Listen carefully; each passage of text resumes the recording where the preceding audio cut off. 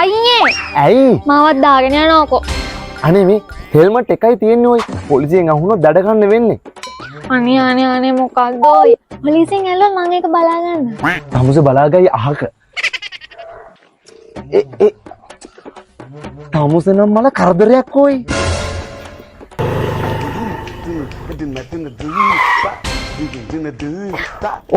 ඔය පොලිසියෙන්. මම ඒක බලා ගන්න. අම්මත්තා කොහෙද මේ යන්නේ? පිටිපස්සේ කෙනාට හෙල්මටුත් නැතුව ළඟට යන්නේ සර් කලබලේනේ අමතක වුණා. අපරාධනේ. ඔළුවත් ගෙදර තියලා එන්න එපා. අනේ මාමේ අයියා හෙල්මට් නැතුව මාව දාගෙන ඉන්න බෑ කියද්දි තමයි මම බලෙන් නැගලා ආවේ. අනේ අදට අයියට යන්න දෙන්නකෝ. එහෙමද චූටි නෝනා?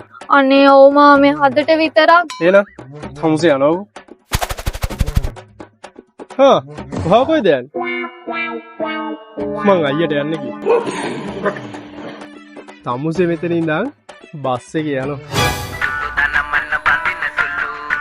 කනවතෝව. නමන්න බඳින්න සුළු කෙනෙක්ගේ හොඳට හුරු අසනවටම ලැබුණු එකෙක් මං අම්මගේ තාත්තගේ බාලම කොල්ලු කවින්ද සාගසේකරා